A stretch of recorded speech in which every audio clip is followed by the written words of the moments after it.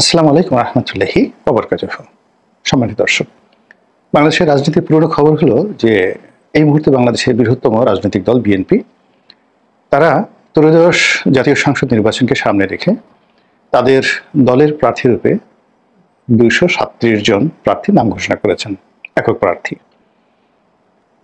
এটা সারা বাংলাদেশে বেশ কয়েকদিন তোলপাড় তৈরি করেছিল।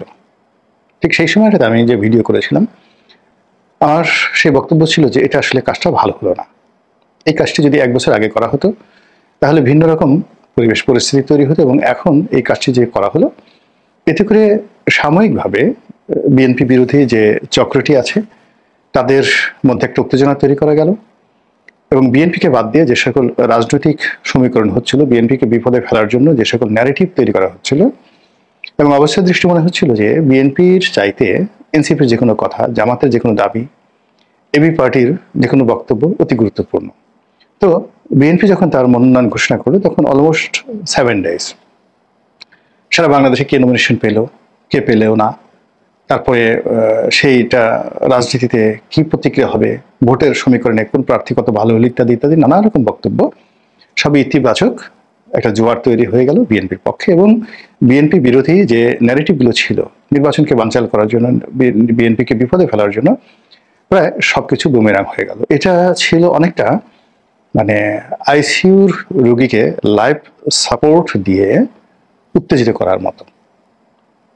তার ফলে কি হলো, মুহূর্তের জন্য অর্থাৎ 7 days জন্য বিএনপি বিরোধী যে সকল কথাবার্তা, নির্বাচন বিরোধী যে কথাবার্তা, সবকিছু বাদ দিয়ে কেবলই মাত্র বিএনপির মনোনয়ন চাওয়া পাওয়া ইত্যাদি নিয়ে আমাদের মিডিয়া এবং যারা সাধারণ জনগণ তারা ব্যস্ত থাকলো। কিন্তু 7 দিন যেতে না যেতেই এমন কতগুলো সমস্যা সামনে চলে আসলো।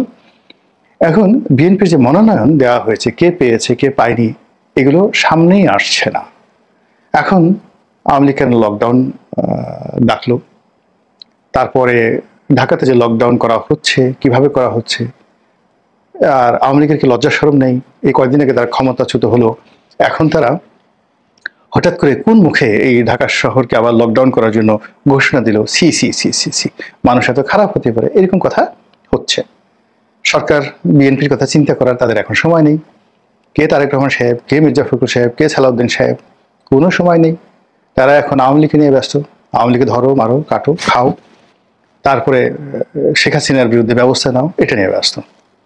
অন্যদিকে শেখ হাসিনার কোথায় সাক্ষাৎকার দিলেন তার সাবেক মন্ত্রী নভেল, শিক্ষামন্ত্রী, তিনি সেই ব্রিটেনের ফাইন্যান্সিয়াল টাইমসে, ক্যান ইমাজিন, যেখানে ডক্টর মোহাম্মদ ইউনূসের সাক্ষাৎকার ছাপাতে কত চেষ্টা তদবির করতে হয়, এবং ফাইন্যান্সিয়াল টাইমসে আওয়ামী লীগের বিরুদ্ধে একটা নিউজ ছাপা হয়েছে, বা যাকে বলা হয় ডক্টর মোহাম্মদ ইউনূসের একটা সাক্ষাৎকার ছাপা হয়েছে, এটা বাংলাদেশে রীতিমতো হুইসেল ব্লোয়িং। তো সেখানে শেখ হাসিনা নয়, সেই একই পত্রিকাতে ফাইন্যান্সিয়াল টাইমসে, যেখানে একটা সময় টিউলিপ সিদ্দিকীকে নিয়ে নেতিবাচক খবর ছাপা হতো, আওয়ামী লীগকে নিয়ে নেতিবাচক খবর ছাপা হতো, এখন সেখানে আওয়ামী লীগের মন্ত্রীদের, নফেলের এক্সক্লুসিভ সাক্ষাৎকার ছাপা হচ্ছে। আবার এই একই মন্ত্রীর সাক্ষাৎকার ছাপা হচ্ছে রাশিয়ার পত্রিকাতে, আর ভারতের অন্যতম নামকরা পত্রিকা দ্য ইন্ডিয়ান টাইমস, সেখানে ছাপা হচ্ছে। মানে একটা ঝামেলার বিষয়, যেখানে আমরা সবাই তারেক রহমান সাহেব আসবেন, তার বুলেট প্রুফ গাড়ি, তার বাড়ির ঝাড়মোস কেমন হচ্ছে, কোন বাড়িতে থাকবেন, কোন রুমে থাকবেন, কিভাবে বের হবেন, নেতা কোথায় কোথায় যাবেন, পুরো ডিসেম্বর মাস জুড়ে, জানুয়ারি মাস জুড়ে নেতা কি কি প্ল্যান হবে, পরিকল্পনা হবে, এইগুলো আমরা চিন্তা করব। আর এগুলো চিন্তা করে বিএনপি যারা প্রতিপক্ষ জামাত গড়াগড়ি করে কাঁদবে, হায় আল্লাহ এখন আমাদের কি হবে, এখন তো আমাদের কথা কেউ শুনবে না, সব বিএনপির কথা শুনবে। এখন সেখানে নওফেল কি করলো সেটা নিয়ে আলোচনা হচ্ছে। তারপর জাহাঙ্গীর কবির নানক সাহেব কি করলেন সেটা নিয়ে আলোচনা হচ্ছে। তিনি কিভাবে লকডাউনের কথা ডাকলেন, আবার সেই কোন আমলে তিনি যখন যৌবন ছিলেন সেই একটা লাঠি হাতে তিনি রাস্তায় বীরের মতো দাঁড়িয়েছেন, সেই ছবি এখন ভাইরাল হয়ে যাচ্ছে। এরপরে অন্য যে সকল আওয়ামী লীগের মন্ত্রী এতকাল কথাবার্তা বলেনি, সেই সমর রেজাউল করিম সাহেব কথা বলছেন, তারপর আরো অনেকে, মানে এরা প্রতি মুহূর্তে ছাত্রলীগ, যুবলীগ তারা ওয়েব মিটিং করে আবার সেইগুলোকে ইন্টারনেটে ছেড়ে দিচ্ছেন। এখন এইগুলো সরকারকে খুব ব্যাধিগ্রস্ত রাখছে। স্বরাষ্ট্র মন্ত্রী, স্বরাষ্ট্র সচিব থেকে শুরু করে আইজি, অন্যান্য যারা আইন শৃঙ্খলা রক্ষাকারী বাহিনীর কর্তৃপক্ষ আছেন, তারা এই বিএনপিকে বাদ দিয়ে, বিএনপি নমিনেশনকে বাদ দিয়ে তারা এখন আওয়ামী লীগকে নিয়ে ব্যস্ত আছেন। এর বাইরে জামাত সমাবেশ করলো, নানা রকম হুমকি ধামকি দিল, কিন্তু এখানে বিএনপি জাতীয় পার্টি আসছে না, এখানে মানে আওয়ামী লীগ জাতীয় পার্টি আসছে না, এখানে জামাতের টার্গেট হয়ে গেছে বিএনপি। আবার বিএনপি এমন একটা অবস্থা চলে গেছে, বিএনপি তারেক রহমান সাহেব থেকে শুরু করে প্রত্যেকটা লোক এখন আওয়ামী লীগকে বাদ দিয়ে তারা জামাতকে টার্গেট করে বলার চেষ্টা করছেন এবং খোঁচা দিচ্ছেন যে গুপ্ত বাহিনী, গুপ্ত রাজনৈতিক দল, তারা গোপনে গোপনে জাতীয় পার্টিকে এবং আওয়ামী লীগকে রাজনীতিতে পুনর্বাসন করতে চাচ্ছে, তাদের ভোট ব্যাংক ক্যাপচার করতে চাচ্ছে। এটা হতে দেওয়া যাবে না, হতে দেওয়া যাবে না। তো এই যখন কথাবার্তা হচ্ছে তখন নমিনেশনের অবস্থা কি? নমিনেশনের অবস্থা হলো যে ভদ্রলোক যারা নমিনেশন পেয়েছেন ইতিমধ্যে বেশ কয়েক জায়গায় মারামারি, কাটাকাটি, খুনোখুনির মতো ঘটনা ঘটে গেছে এবং প্রতিদিন এটা বাড়ছে, জ্যামিতিক হারে বাড়ছে। আর এটার সাথে পাল্লা দিয়ে যারা দুর্বৃত্ত রাজনীতি করেন, দুর্বৃত্তপনা করেন, তারা তাদের অপকর্ম বাড়িয়ে দিয়েছেন। বিএনপির যে চেয়ারপারসনের অফিস গুলশানে, সে অফিসের সামনে এক ছাত্রদল কর্মীকে বা নেতাকে গুলি করে মারা হয়েছে। আবার একসময় ছাত্রদলের খুব বড় নেতা ছিলেন শীর্ষ সন্ত্রাসী মামুন, তাকে কোর্টে, মানে ঢাকা কোর্টে একেবারে ফিল্মি কায়দায়, ফিল্মই বলে ভুল হবে, সিনেমাতে এরকম হয় না, দুজন অস্ত্রধারী এসে মুখে মাস্ক পরে যেভাবে গুলি করে সঙ্গে সঙ্গে একে দাঁড়িয়ে থেকে ডেথ কনফার্ম করলো, মৃত্যুটাকে নিশ্চিত করলো, করে তারপরে তারা নির্ভয়ে যেভাবে চলে গেল। এই কাজ বাংলাদেশে কোনো র্যাব করতে পারেনি, পুলিশ করতে পারেনি, কোনো আইনশৃঙ্খলা রক্ষাকারী বাহিনী করতে পারেনি। আমরা তো ক্রসফায়ার টসফায়ার যা কিছু দেখেছি এগুলো সব মানে যাকে বলা হয় রাতের আধারে হয়েছে, আমরা শুনেছি। কিন্তু প্রকাশ্যে যে ক্রসফায়ার হতে পারে এটা তো আমরা এই ঢাকাতে দেখলাম কোর্ট কাছারিতে, তাও জেনে তেন জায়গায় নয়। তো ওই যে কোর্ট কাছারিতে যারা হাজিরা দিতে যাচ্ছেন বিএনপির লোক, এখনো তো অনেক হাজিরা দিচ্ছেন, জামাতের লোককে হাজিরা দিতে হচ্ছে। বোঝার চেষ্টা করেন তাদের আত্মা কি পানি আছে? আর যারা বিচার করছেন, বিচার করবে নিয়োজিত পুলিশ বলেন ইত্যাদি সবকিছু বলে, তাদের মানসিক অবস্থা কি? সব মিলিয়ে মানে এমন একটা অবস্থা হয়ে গেছে যে বিএনপির যে নমিনেশন বা মনোনয়ন প্রাপ্ত বা যারা মন্ত্রী হবেন, এমপি হবেন, তাদের প্রথম 7 ডেজে যে একটা মানে যাকে বলা একটা ইমেজ ছিল, একটা ওয়ার্ম আপ ছিল, অনেকে তো মনোনয়ন পেয়ে এমন কান্নাকাটি যে না জানি আকাশ থেকে একেবারে যাকে বলা আল্লাহ জান্নাতুল ফেরদাউস তাদেরকে দান করে দিয়েছেন, এত খুশি তারা হয়েছেন। কিন্তু সেই খুশির মানে একেবারে সামান্যতম লেশ আজকের যে ভিডিওটা করছি এটাতে নেই।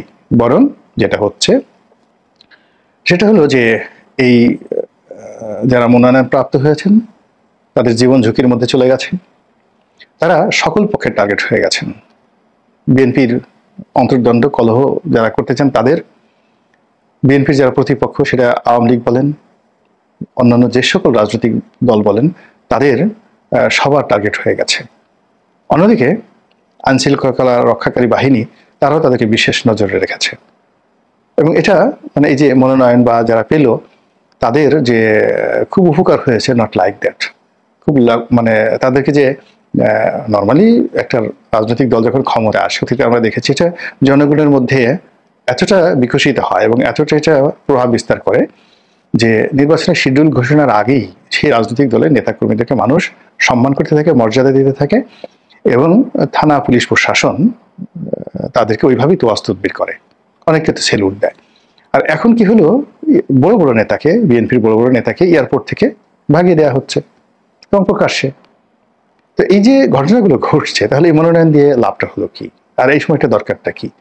তাহলে বিএনপিকে কি আবার কি নতুন করে মনোনয়ন ঘোষণা করতে হবে? পরিস্থিতি তাই হয়েছে।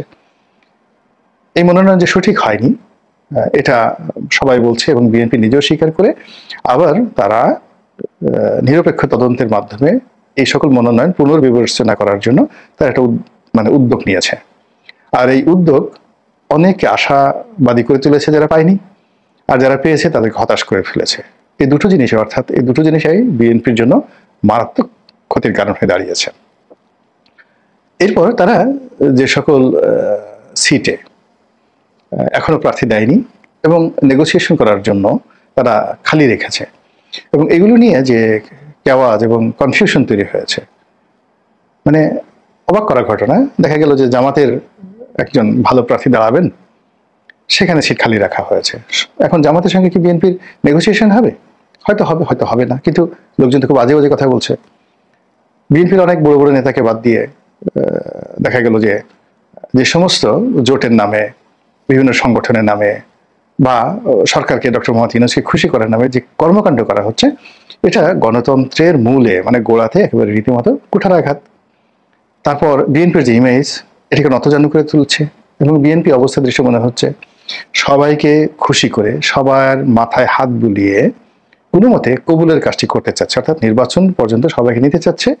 আর সে জানে বা বুঝে বা বিশ্বাস করে যে নির্বাচন যেভাবে একটু হলেই কোনো মতে ঘন্টা খানেক বা ঘন্টা দুয়েক মানুষ যদি ভোট দিতে পারে, হুড় হুড় করে সবাই বিএনপিকে ভোট দিবে।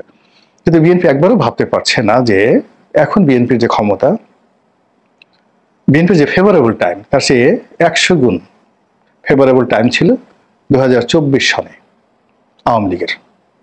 তো সেই 2024 সনের যে আমির যে নির্বাচন, সেই নির্বাচন জমেনি। 5% থেকে 7% লোক ভোট কেন্দ্রে এসেছিল কিনা এটা নিয়ে যথেষ্ট সন্দেহ হয়েছে।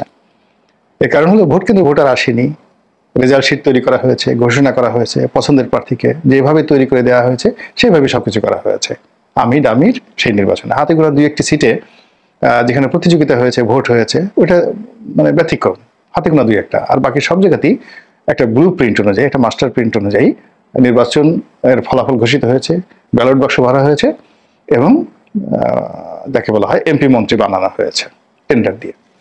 তো এখন যদি 2026 সনে ফেব্রুয়ারি মাসে নির্বাচন হয়, সেখানে তো আসলে 5%-এর বেশি লোক বিএনপি জামাতের এই ভোট দেওয়ার জন্য, বা বিএনপি জামাত এনসিপি সবাই মিলে যদি একটা আমির নির্বাচন করে, যেখানে আমি বসে যাব তুমি দাঁড়িয়ে যেও, তুমি দাঁড়িয়ে গেলে আমি বসে যাব, এরকম একটা সমঝোতা থাকে, সেই নাটক সমঝোতা, সেই নাটক এটা দেখার জন্য জনগণ আসবে না, নোবডি উইল কাম। তো এখন এই যে 237টি পদে নমিনেশন দেওয়া হলো, 63টি পদে হয়তো জামাত এনসিপি অন্যান্য যারা আছে তাদেরকে ছাড় দেওয়া হলো এবং তার প্রেক্ষিতে একটা নির্বাচন হলো। সেই নির্বাচনে 3-4% লোক আসলো বা আসলো না, রেজাল্ট শিট তৈরি করতে হবে, ব্যালট বাক্স ভরতে হবে, কত ঝামেলার কাজ না এগুলো। কে করবে বলেন তো? পুলিশ করবে, আর্মি করবে, ডিসি সাহেব করবে, টিএনও সাহেব করবে? তারপরে বিএনপির কোনো নেতা প্রার্থী এই কাজটি করতে পারবে? অসম্ভব বিষয়, কিচ্ছু করতে পারবে না। ফলে পুরো নির্বাচনের যে বিধি ব্যবস্থা, সেই বিধি ব্যবস্থা থেকে মানে সম্ভাবনা থেকে এবং যাকে বলে আয়োজন থেকে ক্রমশ রাজনৈতিক দলগুলো, সরকার, রাষ্ট্র একটা ভিন্ন দিকে চলে যাচ্ছে।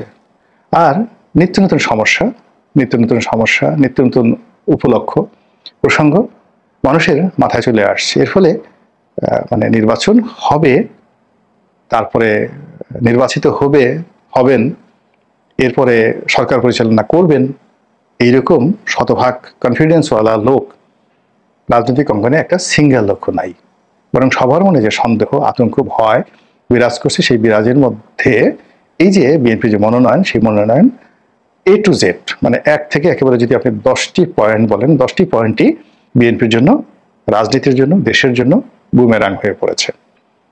কারণটা কি? কারণটা হলো যে এই মুহূর্তে আসলে আমাদের রাজনৈতিক অঙ্গনে নেতৃত্বের শূন্যতা দেখা দিয়েছে, অ্যাট্রাকশন রয়েছে। এখন জামাতের আমিরকে তো জামাতের লোকজন ভালোবাসবেই, আওয়ামী লীগের শেখ হাসিনাকে তো আওয়ামী লীগের লোকজন ভালোবাসবে, তারপরে তারেক রহমান সাহেবকে তার দলের যারা লোকজন আছে তাকে ভালোবাসবে। এর মধ্যে অস্বাভাবিকতা কি আছে? কিন্তু দেশের মানুষের আস্থা আছে, বিশ্বাস আছে এবং সকল মানুষ মনে করেন যে এই লোকটির নেতৃত্বে দেশ পরিচালিত হলে এই দেশ খুব ভালোভাবে চলবে, অতীতে যে কোনো সময় চেয়ে ভালোভাবে চলবে, দেশ মুক্তি পাবে। আচ্ছা, আপনি নিজে বুকের হাত দিয়ে বলেন তো, আল্লাহর হস্তে বলেন, দরকার হলে কোরআন শরীফ নিয়ে বলেন, আপনি কি এরকম কাউকে মনে করেন? মানে আপনার আশেপাশে যে সকল নেতারা ঘুরে বেড়ায় তাদেরকে দেখলে কি আপনার মনে হয় দে আর ইউর লিডার, তারা আপনার নেতা? কিংবা যে সমস্ত মানুষের যে কর্মকাণ্ড গত 14 মাসে ঘটেছে, এদের হাতে রাষ্ট্রের যে মুদ্রা, অর্থ ভাণ্ডার, ব্যাংক, বিমা সবকিছু ছেড়ে দিবেন, বিচার ব্যবস্থা ছেড়ে দিবেন, আপনি নিশ্চিন্তে এদের হাতে সবকিছু ছেড়ে দিয়ে ঘুমাতে পারবেন নাকি আতঙ্ক হবে? এই সব মিলিয়ে আপনি যদি একটা সামারি তৈরি করেন, সারাংশ তৈরি করেন, তাহলেই বুঝতে পারবেন যে আসলে আমরা কোন দিকে এগোচ্ছি। এবং এখানে প্রত্যেকটি রাজনৈতিক দল 3-4 দিনের প্ল্যান নিয়ে এগোচ্ছে যে এই 3-4 দিন জনগণকে শান্ত রাখা যায় কিভাবে। সরকার আরো কম, সরকার আসলে 24 ঘন্টার প্ল্যান নিয়ে গেছে। আজকের দিনটা কিভাবে যাবে, 24 ঘন্টা থেকে 12 ঘন্টা, আজকের দিনটা কিভাবে যাবে, আজকের রাতটা কিভাবে যাবে, এই 24 ঘন্টার মধ্যে 2 বার করে তাদের সিদ্ধান্ত পরিবর্তন করতে হচ্ছে। কখন যমুনার উপরে বেলুন উঠবে, কখন গাবতলি দিয়ে আওয়ামী লীগের একটা মিছিল ঢুকবে, সাইদাবাদ দিয়ে আওয়ামী লীগের একটা মিছিল ঢুকবে, এই আতঙ্কে রাতের যারা প্রহরী থাকেন সবার ঘুম হারাম হয়ে গেছে। কাজেই যে কাজটি মনোনয়ন ঘোষণার মাধ্যমে বিএনপি করেছিল ওটা ওই দিন বা তার পরবর্তী 7 দিন তাদের জন্য একটা ভালো ছিল। এখন আবার নতুন গেম শুরু করতে হবে, নতুন করে সবকিছু বিবেচনা করতে হবে এবং একেবারে নতুন করেই শুরু করতে হবে। এখন সেটা উত্তেজনা তৈরি করার জন্য বলেন, প্রতিপক্ষের ভয় দেখার জন্য বলেন, নিজের দলের নেতাকর্মীদেরকে সংগঠিত করার বলেন, নির্বাচনের আয়োজন, জয়লাভ এবং সুফল ভোগ করার কথাই বলেন, যা কিছু গত 14 মাসে হয়েছে এর একটারও ধারাবাহিক যাকে বলা হয় সুফলতা, সফলতা, এটি বিএনপির অনুকূলে নেই। বরং যা কিছু করেছে সব কিছু সেই যে সময় দেওয়া হয়েছে যাকে বলা হয় ঐক্যমত্য কমিশনে, তারপরে যে সময় দেওয়া হয়েছে, সুযোগ দেওয়া হয়েছে লন্ডন বৈঠকে, যা কিছু করা হয়েছে এই সময়টাতে একটারও ধারাবাহিক সুফল এখন বিএনপির পকেটে ঢুকছে না। ফলে বিএনপিকে যদি এই অস্বস্তিকর অবস্থা থেকে বের হতে হয় তাদেরকে অবশ্যই উদ্ভাবন করতে হবে একটা নতুন পরিকল্পনা। নতুন পরিকল্পনা সে বাস্তবায়নের সফলতার উপরে নির্ভর করবে আদৌ সামনের ইলেকশন হবে কিনা, বিএনপি অংশগ্রহণ করবে কিনা, করতে পারবে কিনা, জয়লাভ করবে কিনা, পারবে কিনা এবং সরকার গঠন করবে কি করবে না। মহান আল্লাহ আমাদের সবাইকে হেদায়েত দান করুন এবং হেফাজত করুন। আসসালামু আলাইকুম।